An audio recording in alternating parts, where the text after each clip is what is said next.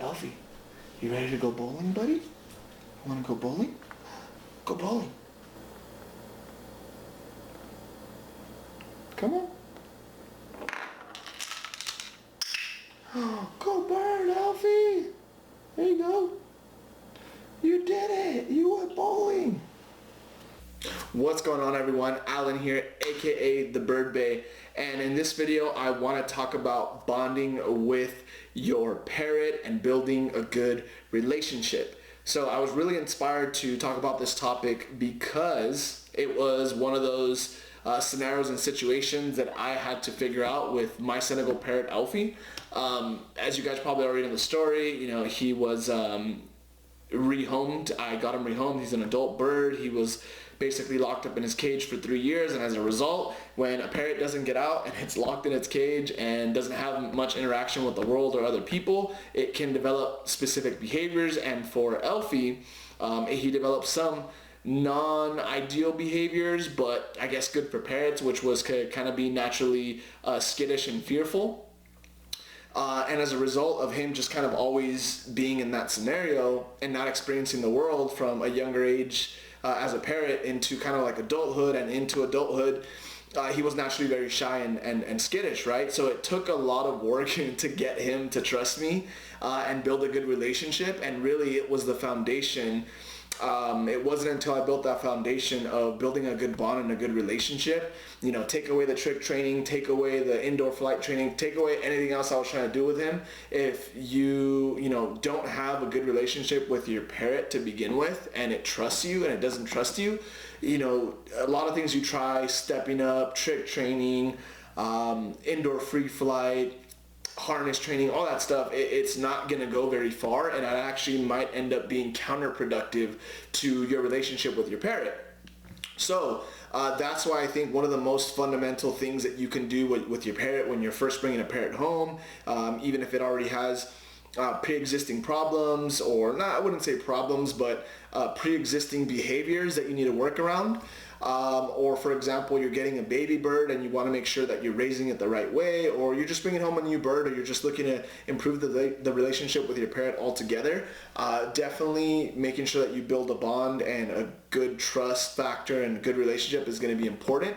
And one of those things that kind of I did with Alfie first, or I guess I should start, one of the mistakes that I made with Alfie first, my Senegal parrot, was I tried to do too much and I didn't really read his intrinsic behaviors or his behaviors he already had and kind of work around them. I just figured, oh yeah, I'm just gonna put him on my shoulder, take him to other rooms, pet him, etc., etc. And to him, because it was a completely new environment, he was not receptive to that, and it actually made my relationship with him worse. So with that being said, I would highly recommend that first you start off when you're looking to build a relationship with your parrot to make sure that it trusts you, that it's not afraid of you, that it's not trying to get away from you. And indications of that I found, at least with my parrot, that my parrot wasn't fully ready to trust me or didn't trust me as much or wasn't really as bonded, was things like when I first went to go pick him up.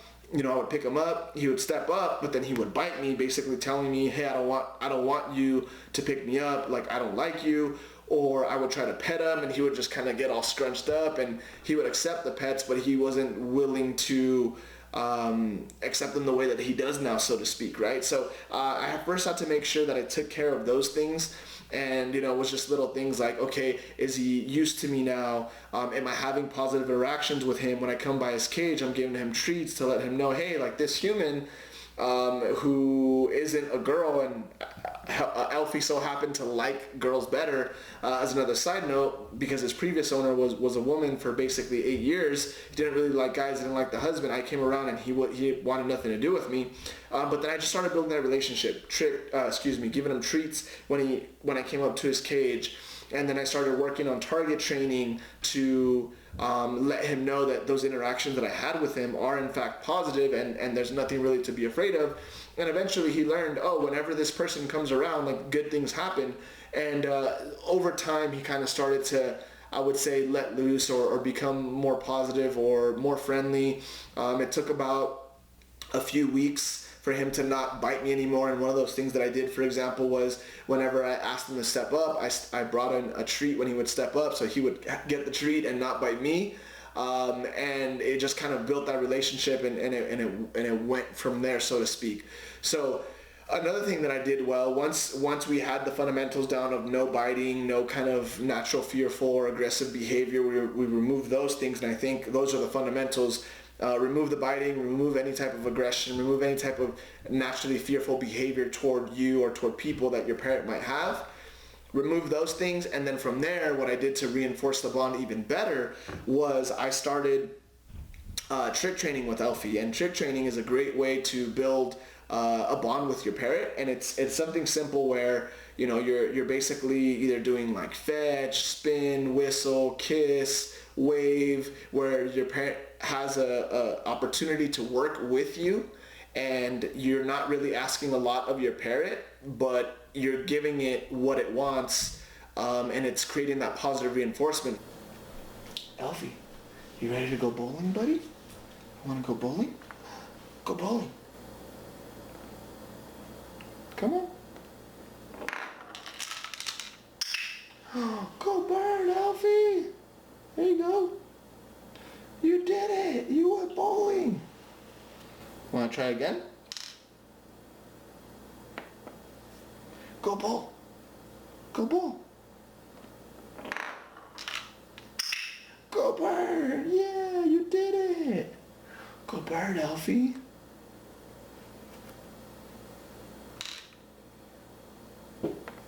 Want to try again? Go bull.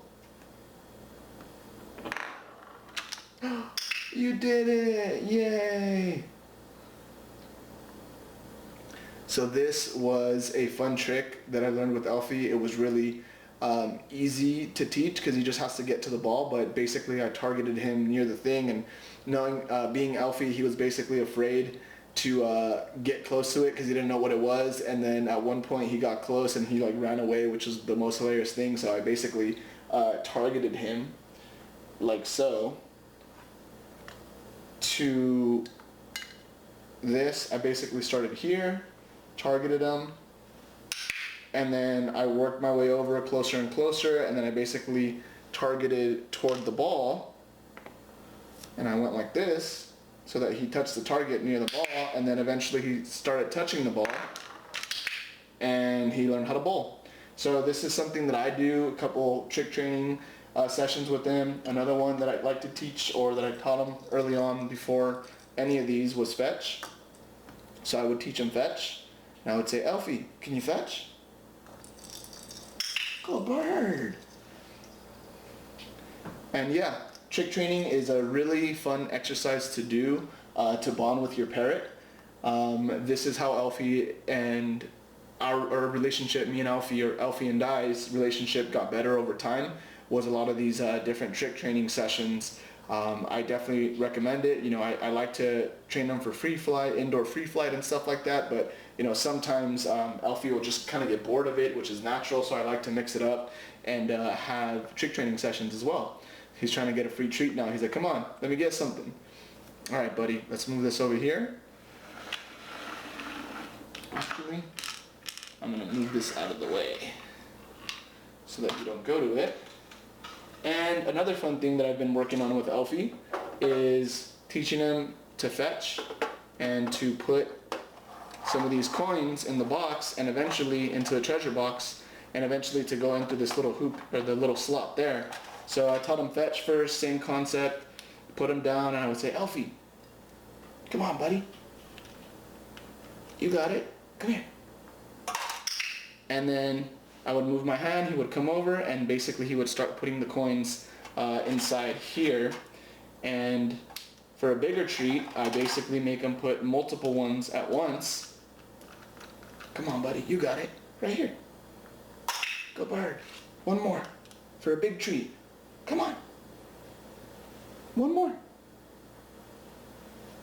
Want a treat? One more.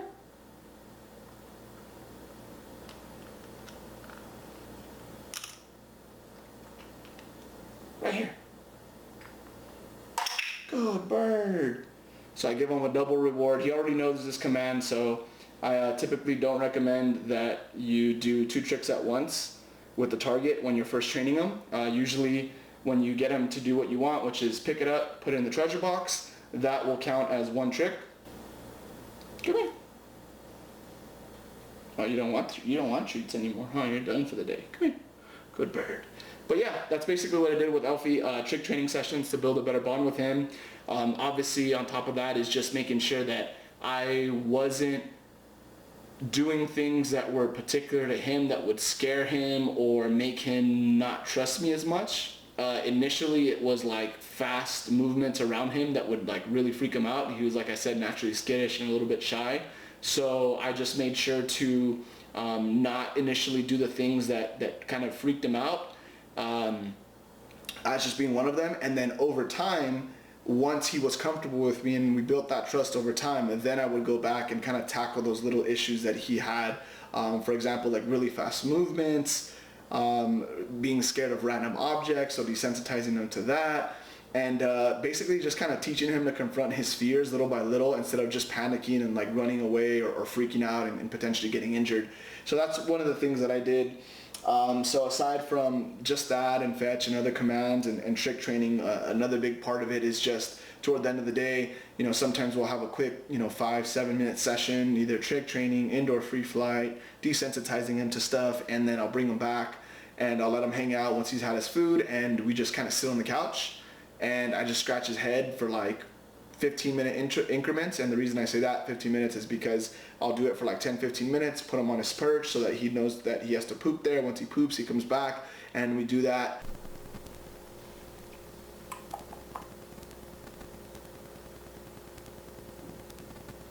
Oh, Alfie, you like your nighttime lubbies. Yeah, good bird.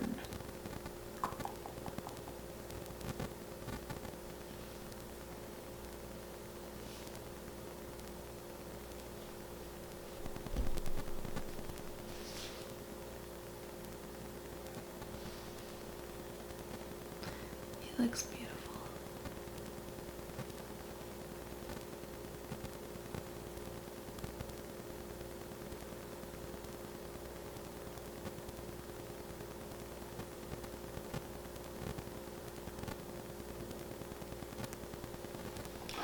So it's not always about how much time they're just outside of the cage, because technically Alfie's outside of the cage the majority of the day, but it's about that quality time that you're also spending with them to build that bond with your parrot. So, if you have a parrot that bites you when you try to get them out of the cage, a parrot that kind of tries to run away from you when you first got them, and it's not necessarily that like there's anything wrong with the parrot, it's just that as I've already mentioned on previous videos, parrots aren't loyal to humans, or they don't have a desire or a need to be loyal to humans, so you have to earn their trust, and it's a very delicate balance. There was a funny shirt that I saw once that was like a macaw shirt that said, feed me, love me, play with me, ... and I'll still bite you. And I laughed so hard because it's so true. It's one of those things where you want to make sure that you have positive points with your parrot. So positive points from trick training, doing things that grow your trust with them, bonding with them through either training, interactions, head scratches, doing things that they like, giving them attention, spending quality time. That all builds plus points. And then on occasion, it's natural. Sometimes we mess up. I mess up still sometimes, and I just learn from it and I'm better from it. Minus points would be like accidentally scaring your bird with like a random object that it's scared of, like a cardboard box or something, and then it flies away and like panics and then like crashes into the wall or lands on the floor, and then it freaks out, and it basically is going to associate you with that, even if it wasn't intentional, and that's something that's going to do minus points to the overall balance, right? So you always want to have more positive points with your parrot than negative points, and always be working toward building positive points with your parrot, and that way you can have more success with whatever you want to do, right? If it's trick training, if it's indoor free flight, well, if your parrot doesn't trust you, it's not going to want to listen to you because it's going to be more worried about feeling safe and feeling away from you in general, right? So that's just one of those things that, I wanted to talk about and give some quick tips on in terms of, building a bond with your parrot, and kind of what I did with Alfie, because I get a lot of people who reach out through Instagram or YouTube, and they have issues with their parrot. And a lot of times it has to do with just starting from scratch and understanding that kind of delicate balance that goes into owning a parrot, and that delicate balance that goes into making sure that you're on the plus side of points instead of on the negative side of points, so that you're working toward a positive relationship with your parrot. But that's just something to think about. When your parrot naturally likes you and wants to be around you, and you're giving a treat and it's motivated, that's just like icing on the cake, right? Like, your parrot should want to come to you because it likes you and because it trusts you, and obviously timing it so that they're motivated to want to train and giving it its favorite treats is just icing on top, and it just creates a positive feedback loop, right? Good trust, good rewards, good bonding, productive sessions, positive reinforcement, and then the cycle goes on. And the opposite would be creating a negative feedback loop where you try to work with your parrot, it's fully doesn't trust you or scare you, or it's scared of you, and then like you try to do something with it and it bites you and you go ow, and your parrot gets scared, and then it flies and falls onto the floor, or flies and crashes into a window or something, for example. Now your parrot is associating you with that negative experience, and when you try to go do that again, it just goes in a negative feedback loop. So I'm just giving you obviously two extremes there, and there's little nuances that go in between that. But yeah, I mean, that is basically what I kind of did, and kind of the overall long story for how I built my relationship with Alfie, and what I recommend you do in terms of building a bond and creating a relationship with your parrot. That's it for this quick video. Thank you guys for watching. Make sure to subscribe. If you have any specific topics that you want to cover in terms of parrot training, trig training, nutrition, anything like that, indoor free flight, feel free to drop it in the comment section, and I'll consider making a video about that. But aside from that, don't forget to check out Alfie's Instagram in the description below, and I will see you guys next time. Alfie and I signing out for the day. Take care.